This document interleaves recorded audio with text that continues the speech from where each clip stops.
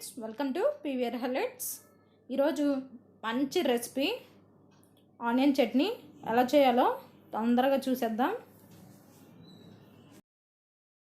Hi friends, ఇప్పటి వరకు మన ఛానల్ సబ్స్క్రైబ్ చేసుకోకపోతే వీడియో కింద ఉన్న సబ్స్క్రైబ్ బటన్ ట్యాప్ చేసి పక్కనే ఉన్న బెల్ ఐకాన్ని యాక్టివేట్ చేసుకోండి. ముందుగా స్టవ్ వెలిగించి ప్యాన్ పెట్టండి.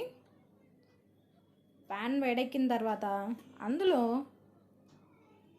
1 టీ స్పూన్ ఆయిల్ వేసుకొని కొన్ని మినపగుళ్ళు లేదా మినపప్పు అయినా వేసుకోవచ్చు. అలా చట్నీలో మధ్య మధ్యలో తగులుతూ ఉంటే టేస్ట్ అద్దరిపోతుంది. ఈ మినపగుళ్ళు ఆగనివ్వాలి, మంచిగా ఫ్రై అవ్వాలి.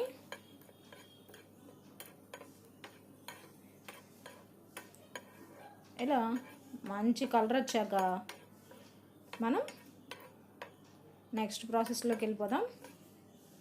మినపగుళ్ళు ఫ్రై అయిపోయాయి. ఇప్పుడు 4 ఎండుమిర్చి వేసుకొని ఇవి కూడా ఫ్రై చేసుకోవాలి. చాలా సింపుల్గా చాలా టేస్టీగా ఉంటుంది. ఎండుమిర్చి ఫ్రై అయిపోయాయి. ఇప్పుడు స్టవ్ ఆఫ్ చేసుకొని ఒక గిన్నెలో తీసుకొని పక్కన పెట్టుకుందాం.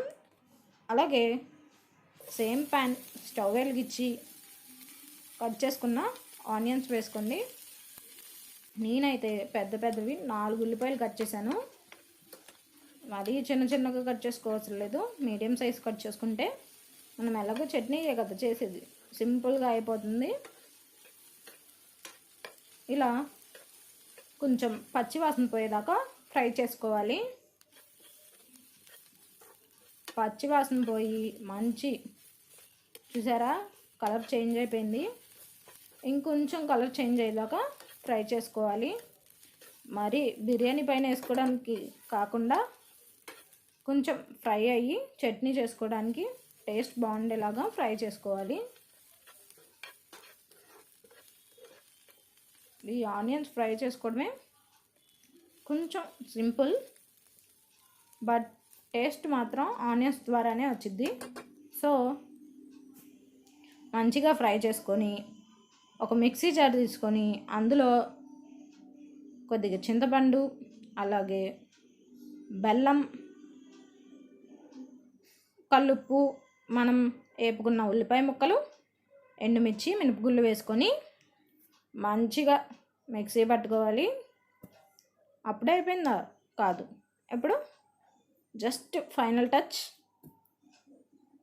స్టవ్ వెలిగించి ప్యాన్ పెట్టి 1 టీ స్పూన్ ఆయిల్ వేసుకోవాలి. అందులో తాలింపులు వేసుకొని మంచిగా తాలింపులు ఫ్రై అయ్యేదాకా ఫ్రై చేసుకోవాలి. సింపుల్గా తాలింపు రెడీ అయిపోయింది. ఇప్పుడు స్టవ్ ఆఫ్ చేసేసుకొని ఆనియన్ చట్నీలో వేసేసుకోవడమే. చూసారా, వేసేసి మంచిగా కలిపాను. ఇప్పుడు వేడి అన్నంలో ఆనియన్ చట్నీ వేసుకొని కలుపుకొని తింటా ఉంటే అదిరిపోయింది, టేస్ట్ వేరే లెవెల్.